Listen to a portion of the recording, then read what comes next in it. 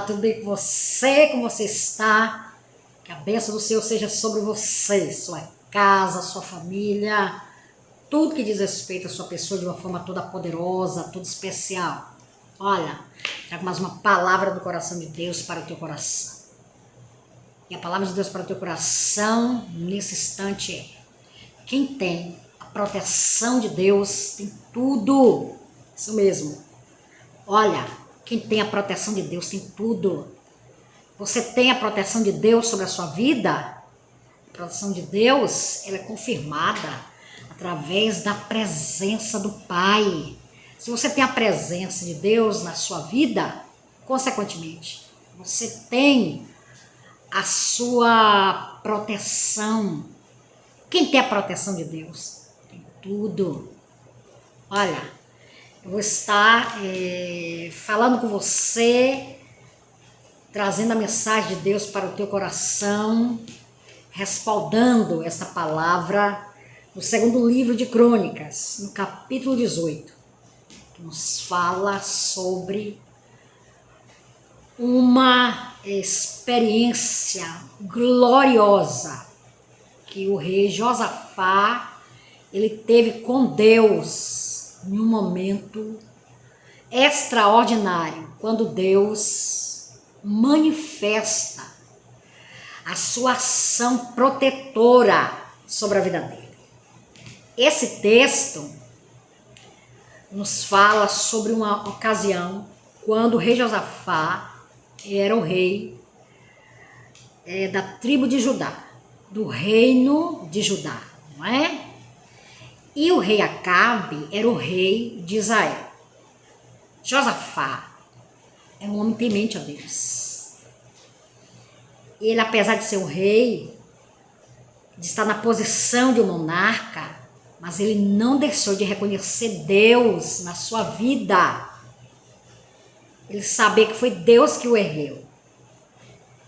E ele sabia que ele deveria continuar, independente da sua posição, temente ao seu Deus. Porque o seu temor, seu amor por Deus estava acima de qualquer posição social, condição econômica que ele tinha. Já o rei Acabe era um rei que conhecia o Deus de Israel, não é? Ele era um rei que conhecia as escrituras na época, que era o Pentateuco, os 5 primeiros livros da Bíblia, não é? Nessa ocasião, também os livros históricos já haviam sido escritos. Mas olhe bem, Acabe, ele não tinha temor a Deus. Em uma certa ocasião, o rei da Síria se levanta contra o reino de Israel, comandado por Acabe. Acabe pede ajuda ao rei Josafá. Josafá, então, faz uma aliança com Acabe e vai para o campo de batalha com Acabe. Antes deles irem, propriamente dito, para a frente da batalha, Acabe então fala assim: olha, eu não vou estar indo para o campo de batalha com as minhas vestes reais. Eu vou me disfarçar.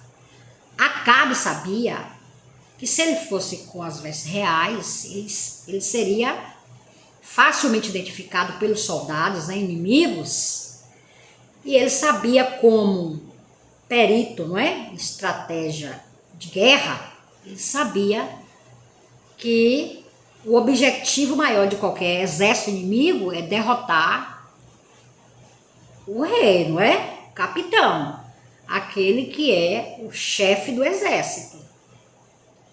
Então ele falou: eu vou me disfarçar.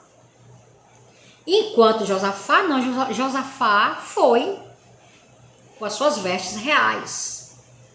Só que lá no acampamento sírio, o rei sírio deu uma ordem para os soldados: olha, mirem o rei de Israel. Vocês vão abater logo de imediato. Assim que possível, abatam logo o rei de Israel. No caso, Acabe. Aí tudo bem. Acabe então foi para esse campo de batalha como um soldado comum. E Josafá vai com as suas vestes reais. Pronto.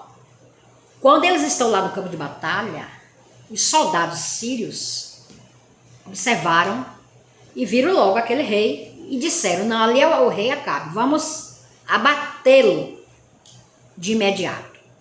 Então, quando os soldados se preparam com as suas armas da época, não é? Arco e flechas, para abater o rei Josafá, ele já estava na mira dos seus inimigos.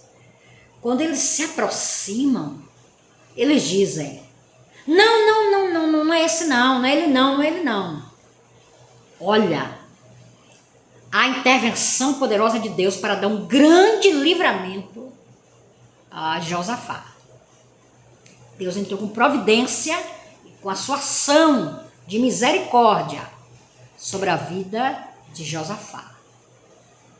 Porque, na verdade, não era para Josafá ter feito nenhuma aliança com Acabe. Aquela aliança não foi segundo o coração de Deus. Ele se precipitou e partiu para fazer aquele pacto com Acabe sem a permissão de Deus. Mas, naquele momento, a palavra do Senhor nos diz aqui, mais especificamente, gente, olha... Eita, gente, estou quase não enxergando, tá? No versículo... Gente, é porque eu não estou enxergando, viu? Mas no versículo aqui a seguir, olha, 20, 30, 31, acho que vai ser 31 ou 32. O que nos fala que Josafá, naquele momento, ele clama a Deus, pede socorro a Deus, Senhor, me socorro. Porque ele viu que naquele momento ele seria abatido. Ele clama quando ele vê naquele momento que ele estava quase perdendo a sua vida, ele clama a Deus. Naquele momento, Deus dá um grande livramento a Josafá, porque Josafá o temia e buscou seu socorro, a sua intervenção, e ele prontamente veio, socorreu, interviu a favor de Josafá. E o que aconteceu com Acabe? Acabe está lá, disfarçado como um soldado comum. Mas olha bem o que é a pessoa viver sem a proteção de Deus. E ressalvando, para que a pessoa viva e tenha a proteção de Deus na sua vida, ele precisa estar no centro da vontade de Deus. Acabe não estava. Ele não queria reconhecer Deus na sua vida. Ele queria viver como ele queria, fazendo a sua vontade. E a palavra de Deus nos diz que um dos soldados inimigos, mirou um alvo, que era um soldado qualquer, tá? No campo de batalha. Mas vocês sabem o que aconteceu? A flecha daquele soldado inimigo desviou-se, o texto diz, do alvo, que era um soldado comum, e atingiu no meio da batalha a quem? Acabe. Uma flecha lançada a ermo, como se fosse lançada, não é? A ermo por um acaso, não é nem a ermo, é por um acaso, aleatoriamente. Ele mirou. Aqui eu vou atingir qualquer soldado. Mas ele não sabia que iria atingir diretamente ao rei de Israel, que estava disfarçado. O rei foi abatido e morreu. Anteriormente, Deus havia usado o profeta Micaías Ou é Miqueias? Acho que é Micaías, tá, gente? Confira aí, tá bom pra mim? No 2 Crônicas, capítulo anterior, capítulo 16, 17, que fala quando o profeta Micaías, não é? Ele chega para Josafá e fala que que Acabe seria morto. Acabe não aceitou o recado divino, não é? Repreendeu, e os profetas inimigos ainda vieram contra Micaías. Micaías foi até sofreu, né, violência por parte dos profetas de Acabe, que eram profetas que também não queriam nada com Deus, tá? Que profetizavam de si mesmos. Acabe não deu crédito à palavra de Deus e continuou na sua rebelião. E olha o que aconteceu com ele no campo de batalha. Diferentemente de Josafá, Josafá estava na mira direta dos inimigos. E Deus fez com que ele tivesse um grande livramento naquele momento.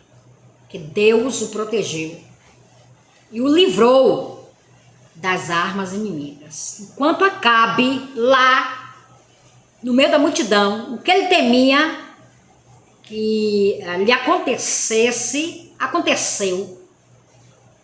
Ele temia que os inimigos o reconhecessem e o matassem. Mas nem precisou. Ninguém o reconheceu. Mas Deus iria dar fim à vida de Acabe, porque Acabe já tinha tido muitas oportunidades de se voltar para Deus.